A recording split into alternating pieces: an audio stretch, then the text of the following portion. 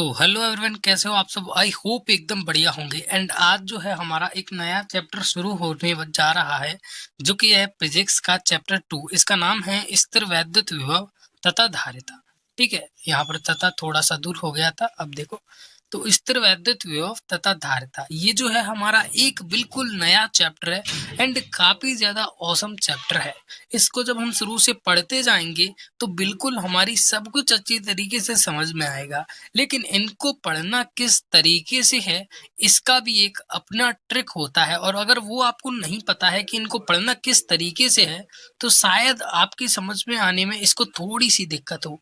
तो आपको इसको समझने का एक बेटर तरीका आना चाहिए, जिससे कि आप इसको अच्छी तरीके से समझ पाओगे।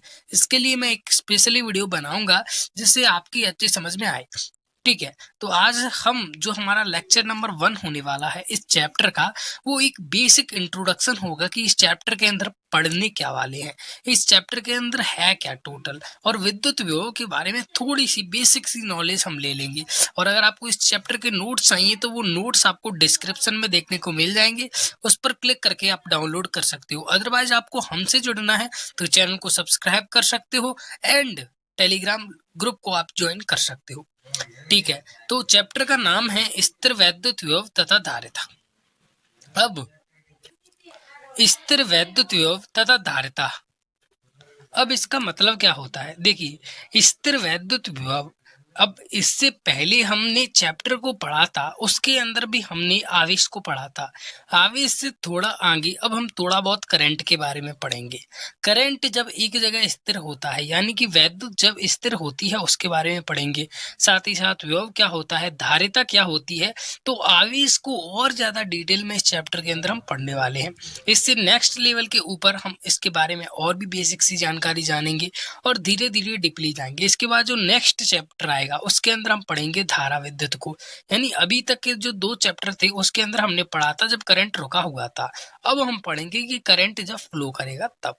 ठीक है, तो वीडियो को शुरू से लेकर एंड तक देखना बिना स्किप किए, तभी आपकी समझ में आएगा। ठीक है, तो स्टार्ट करते हैं। सबसे पहले हम विभव को ही पढ़ लेते हैं, क्योंकि जब तक हमारी विभव समझ में नहीं आएगा तब पूरा चैप्टर कहाँ से समझ में आएगा। विभव को एक बिल्कुल इजी लैंग्वेज में हम समझेंगे। ठीक है, इस पूरे पेज का जो पीडीएफ अगर आपको चाहिए तो उसी लिंक पर क्लिक करो, आपको देखने को मिल जाएगा। यहाँ पर एक ढलान बनी हुई है। ठीक है, यहाँ पर नॉर्मल सी ढलान बनी हुई है। अब मैंने यहाँ पर पानी डाला। ठीक है, इस ढलान के ऊपर अगर मैंने पानी डाला तो आपसे मैं क्वेश्चन पूछूंगा कि वो पानी किधर को जाएगा। सिंपल सा आंसर होगा, नीचे को जाएगा। तो अगर हमें विभव को पढ़ना है तो हमें ये फंडा जरूर से पढ़ना होगा, तभी हमारी अच्छी तरीके से समझ में आएगा। देखिए, कोई भी वस्तु हो वो अपनी उच्च सघनता से निम्न सघनता की ओर जाना पसंद करेगी, उच्च तल से निम्न तल की ओर। हर चीज के लिए ये लैंग्वेज थोड़ी सी डिफरेंट होगी। जैसे कि यहाँ पर मैंने पानी को रखा तो वो उच्च तल से निच्च तल की ओर जाने की, निम्न तल की ओर जाने की कोशिश करेगी, क्योंकि ये जो है फिजिक्स का रूल है। कोई भी वस्तु अपने सघन माध्यम से विरल माध्यम में जाने की कोशिश करती है। देखिए, एग्जाम्पल के लिए मैंने यहाँ पर एक हमने खिड़की बनाई है। अब इस खिड़की के अंदर धुआं बड़ा है, धुआं भरा हुआ है। अब मैंने जब इस खिड़की को खोला तो ये धुआं कहाँ निकलेगा, बाहर। अब बाहर क्यों निकलेगा, क्योंकि धुआं इस खिड़की के भीतर बहुत है लेकिन बाहर बिल्कुल भी नहीं है। तो अंदर जो है धुआं सघन है, लेकिन बाहर कितना है, बाहर जो धुआं है वो विरल है, यानी कि बहुत कम है। तो इस कंडीशन में धुआं किधर को निकलने की कोशिश करेगा, धुआं बाहर को निकलने की कोशिश करेगा। तो कोई भी चीज अपने सघन माध्यम से विरल माध्यम में जाने की कोशिश करती है, राइट। अब इसके और भी मैं आपको एग्जांपल दूंगा, जिससे आपको बेटर समझ में आएगा। अब ये 2 टैंक हैं, इन दोनों के अंदर हमारा क्या भरा हुआ है, पानी भरा हुआ है। अब दोनों के अंदर जो पानी है, आप सोच रहे होगे इसमें ज्यादा है इसमें कम है, ऐसा बिल्कुल भी नहीं है। पानी दोनों के अंदर क्या है, बराबर है, क्योंकि ये थोड़ा सा पतला है इसीलिए इसमें इतना है और इसमें इतना है। अभी ये जो नल है वो बंद है, अगर मैं इस नल को थोड़ा सा घुमाता हूँ एंड चालू कर देता हूँ, उसके बाद क्या होगा, उसके बाद आप कहोगे सर इसमें से पानी जाने लगेगा और इसमें पानी बढ़ने लगेगा। और पानी कब तक बढ़ेगा, जब तक कि दोनों के अंदर जो पानी का वॉल्यूम नहीं कहूंगा मैं, दोनों के अंदर जो पानी का स्तर है, जो स्तर है, वो जब तक समान नहीं हो जाता है ना, जब तक समान नहीं हो जाता दोनों में पानी, तब तक बहता रहेगा। यानी कि पानी कितना भरा है, इससे भी ज्यादा इम्पोर्टेंट ये है कि पानी का लेवल कितना है दोनों का पानी समान होगा या यहाँ पर, तो फिर पानी आना बंद हो जाएगा। सो कुल मिलाकर यहाँ पर पानी बराबर था, लेकिन फिर भी उसने गति की। क्यों? क्योंकि उनका तल जो था वो बराबर नहीं था। तो कोई भी वस्तु अपने उस लेवल पर पहुंचना चाहेगी जिस पर वो बराबर हो जाए। फॉर एग्जाम्पल के लिए देखो, यहाँ पर एक सिंपल सा एग्जाम्पल दूंगा मैं। ये जो ऊर्जा का एक गोला है, मान लीजिए कोई भी वस्तु है जो कि बहुत गर्म है, मान लीजिए लोहा है, बहुत गर्म है। अब इसके अंदर पानी भरा हुआ है, तो अब लोहा बहुत गर्म है, यानी कि इसके अंदर ऊष्मा कितनी है? बहुत ज्यादा है। लेकिन पानी पानी तो बिल्कुल ठंडा है ना, तो उसके अंदर ऊष्मा नहीं है। तो अब ऊष्मा किधर को जाएगी? अपनी उच्च से निम्न की ओर। ठीक है, उच्च से निम्न की ओर। तो पानी की जो पूरी ऊष्मा है, इस गोले की जो पूरी ऊष्मा है, किसमें जाने की कोशिश करेगी? इस पानी के अंदर जाने की कोशिश करेगी, और इससे ये ठंडा हो जाएगा और इस पानी में थोड़ी सी गर्माहट आ जाएगी। मैं ज्यादा नहीं कहूंगा, लेकिन थोड़ी सी गर्माहट जरूर आएगी। ठीक है, तो इसका मतलब क्या हुआ कि ये जो चीजें हैं उच्च से निम्न की ओर जाना पसंद करती हैं। अब ये चीज मैं आपको क्यों समझा रहा हूं, इसको आप आवेश रिलेट करो। यानी कि जो आपका आवेश होता है, जो आपका क्यू होता है, उसका भी यही हाल होता है। क्यू भी अपने उच्च एरिया से निम्न एरिया की ओर जाना पसंद करेगा। फॉर एग्जाम्पल के लिए मैं आपके लिए एक स्केल को लेता हूँ। ठीक है, ये हमारी एक स्केल है। अब इस एरिया में बहुत सारा आवेश है और इस एरिया में बहुत कम आवेश है। तो आवेश इधर से इधर को जाना पसंद करेगा, और यही हमारा एक विभव की एक हमें डायरेक्शन देता है। कैसे? आप देखिए, यहाँ पर मैंने दो गोले बनाए, यहाँ पर भी दो गोले बनाए। ठीक है, ये आवेशित है, ये भी आवेशित है। दोनों को एक तार के माध्यम से जोड़ दिया। अभी ये दोनों बिल्कुल उदासीन है। तो अब आवेश जो है किधर से किधर को जाएगा? देखिए, इस पर आवेश प्लस है। प्लस आवेश कब आता है? जब इलेक्ट्रॉन कम हो जाते हैं, क्योंकि इलेक्ट्रॉन जो है माइनस होते हैं। अब जब माइनस कम हो जाता है तो प्लस आवेश आता है। तो इस पर क्या है? इलेक्ट्रॉन की कमी है, इसीलिए इस पर कौन सा आवेश आया है? प्लस आवेश आया है। लेकिन इस पर तो इलेक्ट्रॉन बराबर है, लेकिन इस पर कम है। तो अब ये क्या होगा? इसमें से इलेक्ट्रॉन इसमें जाने लगेंगे। क्यों? क्योंकि इधर कम है, इधर ज्यादा है। और मैंने आपको नियम क्या बताया था? मैंने आपको नियम बताया था कि उच्च से निम्न की ओर जाना कोई भी वस्तु है, कोई भी पदार्थ है, वो पसंद करता है। ठीक इसी तरीके से इस पर माइनस आवेश है। इस पर माइनस आवेश क्यों आया है? क्योंकि इस पर इलेक्ट्रॉन अधिक है। तो अब क्या होगा? इस पर से इलेक्ट्रॉन इस वस्तु पर जाने लगेंगे, और कब तक जाएंगे? जब तक कि इन दोनों का आवेश समान नहीं हो जाता। जब तक कि इन दोनों का आवेश समान नहीं हो जाता, और यही विभव की हमें सही डायरेक्शन देता है। तो एक नॉर्मल सा तार है, एक नॉर्मल सा तार है। हम सभी को पता है आवेश तो इसके अंदर भी है, लेकिन जब तक हम इसमें बैटरी लगाकर इस परपथ को पूरा नहीं कर देते, तब तक इस तार में करंट नहीं आएगा। तो बैटरी का काम क्या होता है? बैटरी करती क्या है? बैटरी उच्च विभव यहाँ पर उत्पन्न करती है। क्या करती है? उच्च विभव को उत्पन्न करती है, जिससे आवेश गति करना तय करता है, और जब आवेश गति करता है तो विद्युत धारा उत्पन्न होती है। तो विभव क्या कहलाता है? विभव जो है, यहाँ पर आप देखने की कोशिश करोगे तो यहाँ पर बहुत सारा आवेश हमने रख दिया, और वो आवेश अब क्या होगा? आवेश यहाँ पर भी बहुत सारा है। अब इलेक्ट्रॉन इधर जाने लगेंगे और दोनों में बराबर होने लगेगा। तो इसको चालू करने के लिए हमने इसका इस्तेमाल किया। यही तो विभव है, यही तो विभव कहलाता है। अब ये तो हो गई जनरल भौतिक सा लेवल। आई होप आप समझ पाए होंगे कि विभव होता क्या है। विभव यही कहलाता है, जब अब इसमें करंट नहीं जा रहा था तार में, लेकिन बैटरी लगाई तो करंट जाने लगा। बैटरी से क्या हुआ? क्योंकि बैटरी ने ऐसा क्रिएट कर दिया, यहाँ पर बहुत सारा आवेश, बैटरी ने बहुत सारा आवेश क्रिएट किया। अब जिससे ये अपने, अब इधर आवेश कम था, इधर ज्यादा, तो आवेश क्या है? इधर को गति करना स्टार्ट किया, और क्या होने लगा? धारा का प्रवाह होने लगा। तो विभव भी यही कहलाता है। ठीक है, आई होप आप रिलेट कर पाए होंगे दोनों को। अब ये तो हो गया विद्युत विभव का नॉर्मल सी डेफिनेशन। ये नॉर्मल मतलब मैंने भौतिकी लेवल पर आपको बता दिया कि इसका जो भौतिक अर्थ होता है वो क्या होता है, वास्तविक मीनिंग क्या होता है। लेकिन इसके पीछे अभी मेन चीज तो आपको बताना बाकी है, जो कि बहुत ज्यादा इंपॉर्टेंट है। वो चीज ये है कि विद्युत विभव का रियल मीनिंग क्या होता है। सॉरी, थोड़ी-सी लाइट की प्रॉब्लम हो गई थी। तो अभी मैं आपको क्या बता रहा हूँ, विद्युत विभव की मैंने आपको भौतिकी के लेवल पर परिभाषा बता दी कि एग्ज़ैक्ट में क्या होता है। अब धीरे-धीरे आप पूरे चैप्टर को पढ़ोगे, तो विभव का असली मीनिंग आपकी समझ में आएगा, विभवांतर क्या होता है, असली मीनिंग समझ में आएगा। ये तो जस्ट एक शुरुआत है, अभी तो आप देखते जाओ इस चैप्टर के अंदर आपको क्या-क्या पढ़ना है। जब इसको आप फिज़िक्स से रिलेट करोगे, तो आपको फिज़िक्स में बहुत ज़्यादा मज़ा आने वाला है। फिज़िक्स को आप पढ़ना स्टार्ट तो करो। तो विद्युत विभव को अभी तक तो हमने भौतिकी के लेवल पर पढ़ लिया, लेकिन सबसे ज़्यादा जो डेंजरस होता है वो होता है हमारा न्यूमेरिकल टाइप में, थोड़ी इक्वेशन के टाइप में। तो उसके टाइप में भी हमें पढ़ना ज़रूरी है, क्योंकि उससे ही तो आविष्कार होते हैं, उससे ही तो कैलकुलेशंस होती हैं। तो ये जो विद्युत विभव है, इसको हम पढ़ने वाले हैं। इसकी एग्जैक्ट डेफिनेशन क्या होती है फिजिक्स की वास्तविक दृष्टि से अगर इसको देखा जाए तो देखिए, इसकी डेफिनेशन होती है किसी प्रति एकांक आवेश को अनंत से विद्युत क्षेत्र के किसी बिंदु तक विद्युत क्षेत्र के विरुद्ध लाने में किया गया कार्य विद्युत विभव कहलाता है। चलिए इसको प्रैक्टिकली समझ लेते हैं थोड़ा सा। ठीक है, अब यहाँ पर लिखा है किसी प्रति एकांक आवेश को, एकांक आवेश यानी कि क्यू नॉट आवेश। ठीक है, क्यू नॉट आवेश, क्यू नॉट आवेश बहुत ही छोटा सा आवेश होता है। तो किसी प्रति एकांक आवेश को अनंत से, अब अनंत का मतलब बच्चे क्या समझते हैं और क्या मन में क्रिएट करते हैं कि अनंत मतलब यार कहाँ से बिंदु आवेश को ला रहे हैं, लेकिन अनंत का एग्जैक्ट मीनिंग ये नहीं होता।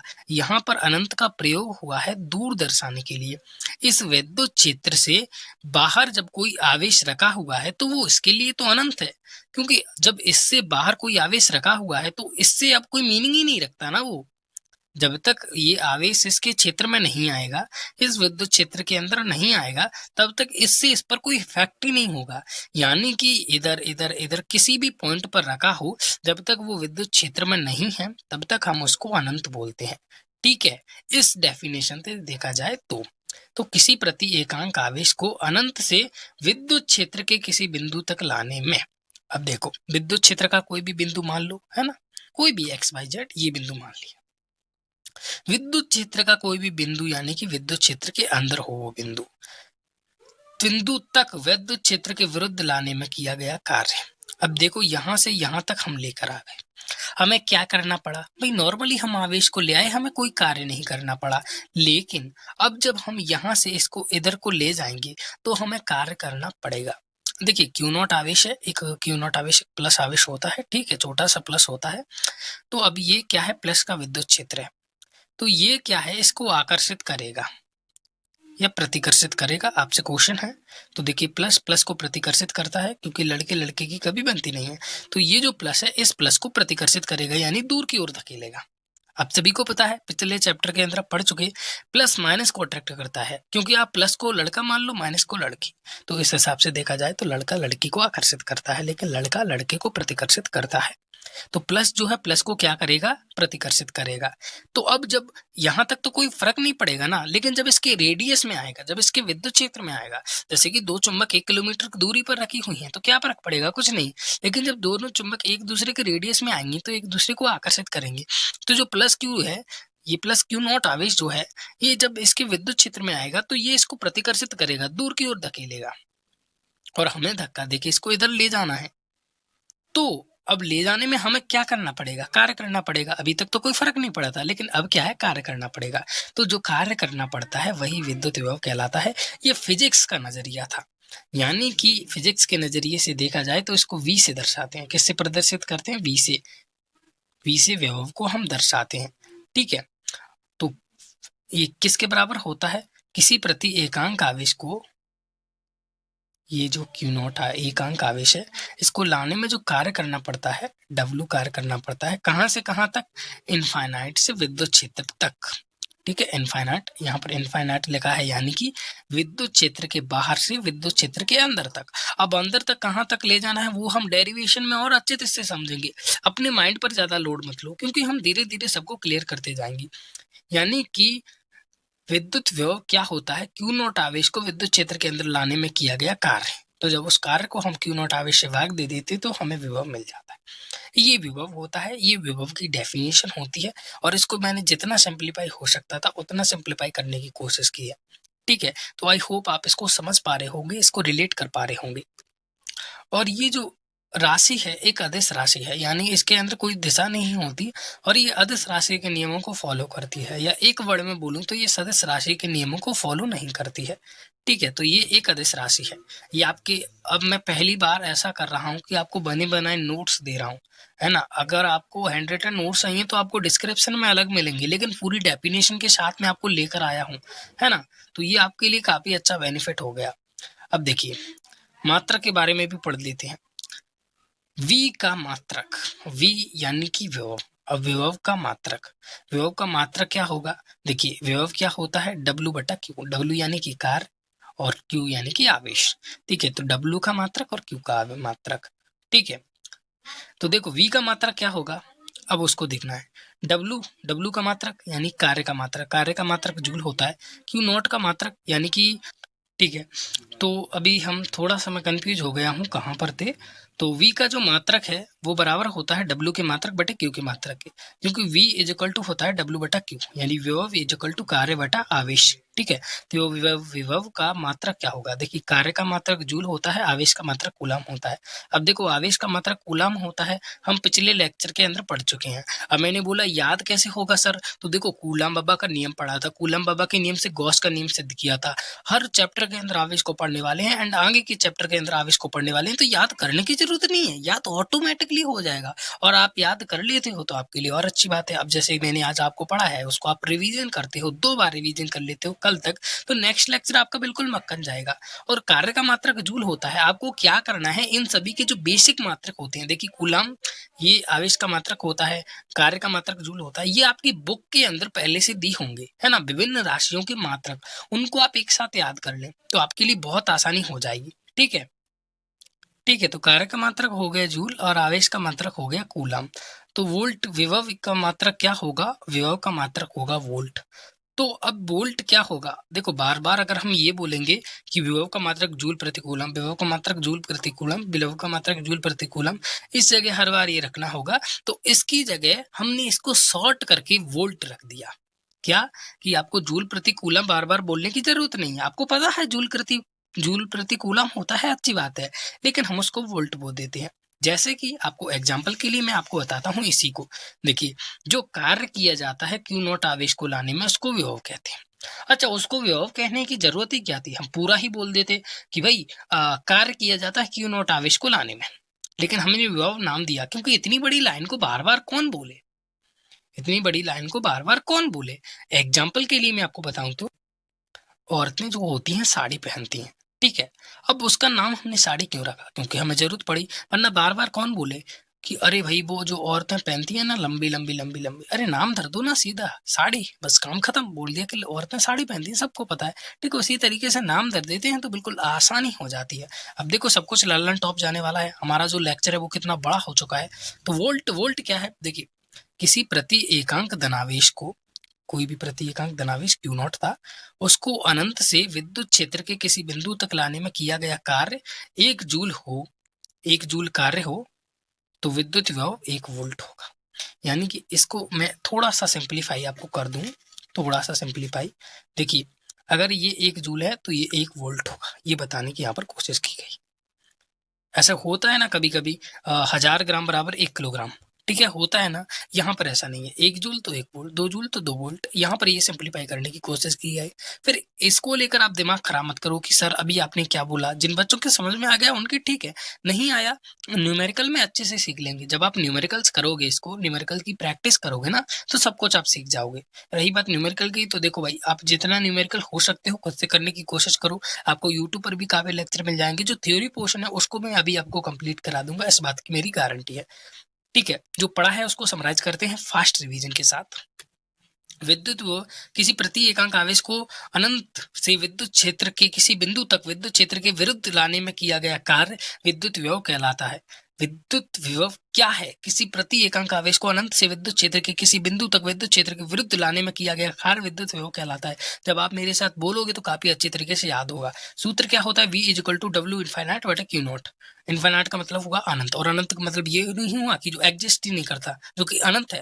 इनफाइनाइट का मतलब हुआ कि इसकी रेंज से बाहर है। भाई हम बोलते हैं ब्रह्मांड अनंत है, हम क्यों बोलते हैं? क्योंकि हमने ब्रह्मांड देखा नहीं है। पहले बोलते थे कि गैलेक्सी अनंत है, आकाश गंगा अनंत है, लेकिन जब हमने देखा बहुत सारी आकाश गंगाएं ब्रह्मांड में एक्सिस्ट करती हैं, तो कुल मिलाकर नाम दे दिया कि ब्रह्मांड।